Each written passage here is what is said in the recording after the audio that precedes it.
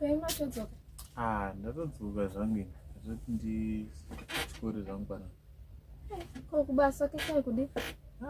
Zvebasa zvichamboita here wangu. Mwedzi unouya.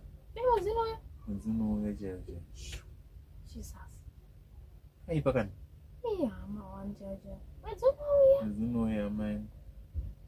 Apaenda ndichitoti zvekana mukatoendawo nemwedzi unouya tokwanisa kuti titenge chiufu ufu hwangu ka. Dai zvoti ndichatokureta kuti kana mukashanda mwedzi unouya tozorapira kumwedzi ndobhadhara. Yeah. Saka maona. Pakaipa. Plan B. Toita plan B. Plan B yakudi.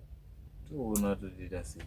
Kana apa problem tangonamata kuti zvibude rega hangu ndichitongobika ti ndatonzwa sindokubika zve ndichindondenga pano. So bika. Ndibika zvangu ti. Ndiani kunoka pacho.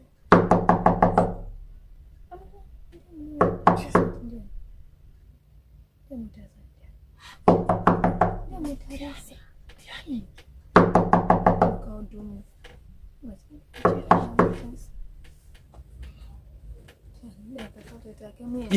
Ndimi Sekuru. Gashire Sekuru tigashire. Gashire kumzai. Ndouye. Ndouya mzai ndikatoti chirega ndisvike pazaya wangu sezvo. Do tipindewo. Urimire mzai wangu. Ndoti titouya zai wangu ngashayiwe. Tichipindawo. Aiwa pindai kule. Ndatoti ndiuye mzai. Ndiuye. Sezvo ndichipaziya ndikati rega ndisvike. Saka masi yangu akadini kwasekuru kumusha uku. Aitambaira wangu kule paraina. Muzaya uchiona ndauya kudai. Kanyi arine kumira zvakanaka.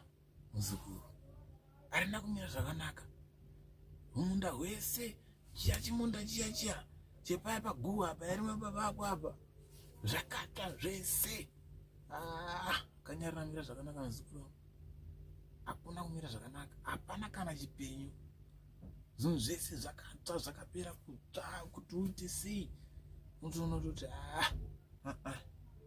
hazvina kumira zvakanaka. Ndikati rega ndingosvika kwazukuru. Ndati ndiye kuno kutauni muzukuru nekuti kuno kumungashaiwe kutauni. Kuchirungu. Hakuna chamungashaiwa zukuru wangu ndikati ndisvika hangu kuchirungu pamwe ndingatombondovaraidzika. Nekuti kumba uko hakuna kana chiriko kana chiriko. Saka kumba kwatadza kugarika muzukuru wangu. Ndati ndoye kunoko kuchirungu tikamboti ogare zvimazuva zviri zvitatu ndozokotoka hangu ndodzokera. Pane chakashata here muzukuru wangu.